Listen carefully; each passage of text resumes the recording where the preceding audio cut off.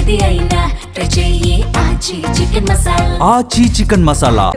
ఈ జనరేషన్ దర్శకులు కెరియర్ ని ఈజీగా తీసుకోవడం లేదు.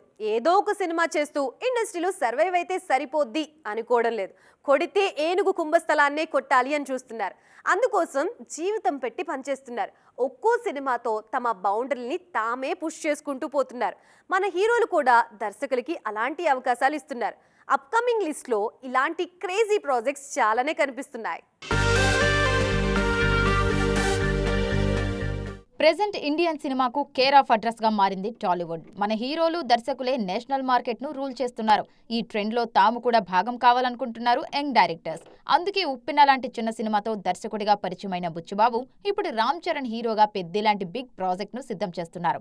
రీసెంట్ గా రిలీజ్ అయిన టీజర్ తో సినిమా స్కేల్, తన విజన్ ఏ రేంజ్ లో ఉందో హింట్ ఇచ్చారు బుచ్చిబాబు. స్టార్ డైరెక్టర్స్ కూడా తమ బౌండరీస్ ను తామే పుష్ చేసుకుంటూ పోతున్నారు. ఇన్నాళ్లు రీజనల్ సినిమాలు మాత్రమే చేసిన త్రివిక్రమ్ నెక్స్ట్ ఓ భారీ మైథలాజికల్ మూవీకి రెడీ అవుతున్నారు. గాడ్ ఆఫ్ వార్ పేరుతో ఓ గ్లోబల్ మూవీ చేసేందుకు కథ సిద్ధం చేస్తున్నారు. ప్రెజెంట్ సెట్స్ మీద ఉన్న ఆదర్శ కుటుంబం పూర్తయిన వెంటనే ఆ సినిమాను పట్టాలెక్కించే ప్లాన్ లో ఉన్నారు. ఈ జనరేషన్ ఇలాంటి సాహసాలు చేసేందుకు ఇన్స్పిరేషన్ మాత్రం దర్శక ధీరుడు రాజమౌళినే.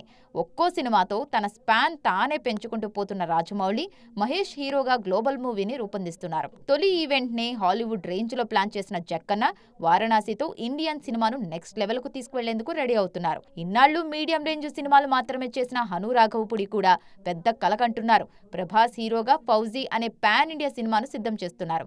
ప్రీ ఇండిపెండెన్స్ ఎరాకు సంబంధించిన కథ, అందులో India biggest super star Prabhas.